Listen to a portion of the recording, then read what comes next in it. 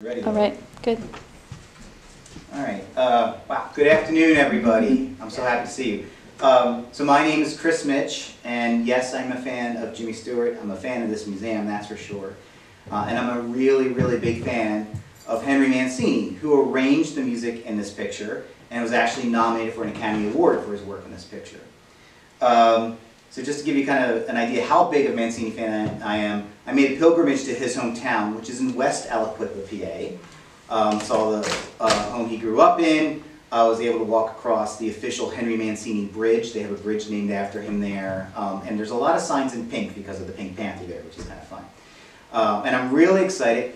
The Mancini family is having a year-long celebration because this would have been the year of Henry Mancini's 100th birthday. This is his centennial year.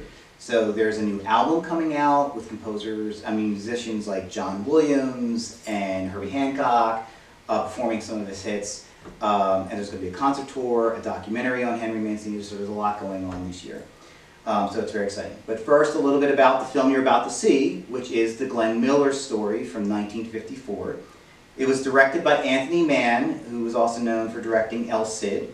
It was written by Valentine Davies, who was also known for writing Miracle on 34th Street, and Oscar Brodney, who was known for writing Harvey, who's also in our audience today, so very exciting. It obviously stars Jimmy Stewart and June Allison, who also appeared in Little Women in 1949 and The Three Musketeers in 1948. It also stars Harry Morgan. My generation knows Harry Morgan as Colonel Potter on the TV show MASH, which ran from 1974 to 1983, but he was also a film actor. In addition to the Glenn Miller story, he was in High Noon and How the West Was Won. And all those films are covered on my classic film blog, which I'll talk about a little bit later.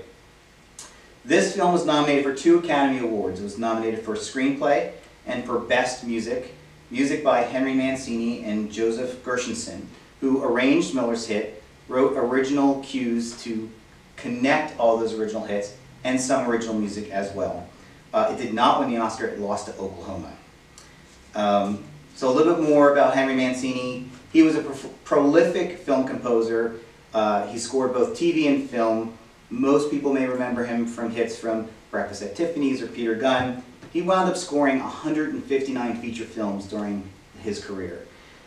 He started his career at Universal Studios, which is when he worked on the Glenn Miller story, and Joseph Gershenson was his boss at that studio.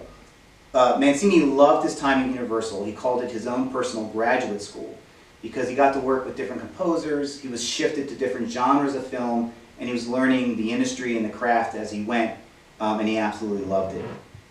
He contributed to the Glenn Miller story in some interesting ways just besides arranging the music.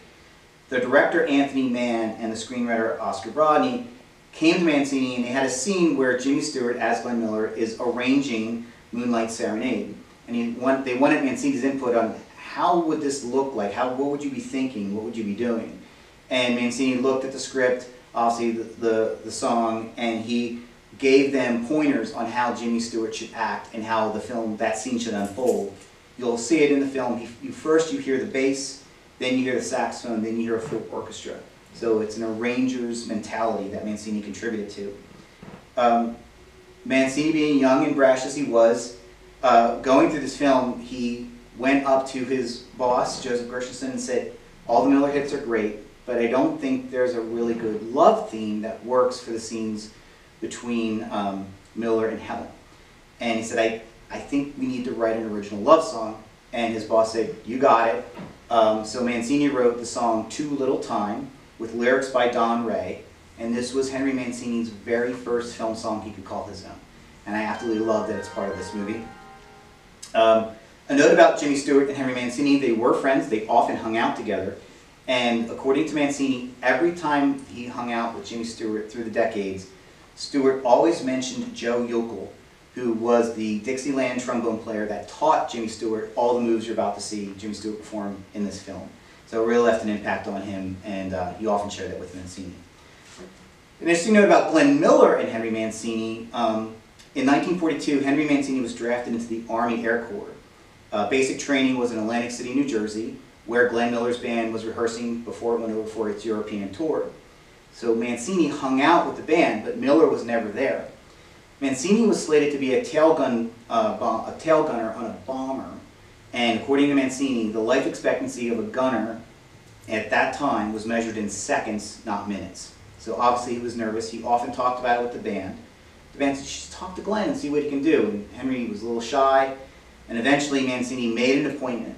So when he went in for his appointment, he knew Miller was a pretty strict disciplinarian when it came to handling musicians. So he came in, saluted. Miller asked him 2 questions. Mancini saluted again, and the meeting was over in 2 minutes, and he walked out the door. He didn't expect anything from it, but he was surprised when he found out that Mancini found out. He was reassigned to the 28th Air Force Band, and Mancini often said throughout his career that Glenn Miller saved his life.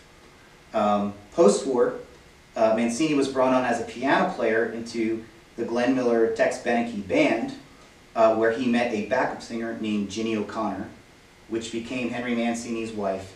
They were married in 1947, and she was his wife all the way up to the day he died, June 14th, 1994. So again, I want to thank the museum for having me. My classic film blog is called Digging Star Wars, and you can get to it at the address diggingstarwars.blogspot.com. And it is recapping the top 100 Henry Mancini films. So we looked at all of his 159 films, we looked at critics' ratings, academic papers, and we ranked them. And the Glenn Miller story is number 12 in that top 100, so it ranked very high, and rightfully so. For those of you who come, I have stickers if you want them, so I'll pass them along and then we'll get the movie started. So thank you very much for your time. Enjoy the movie.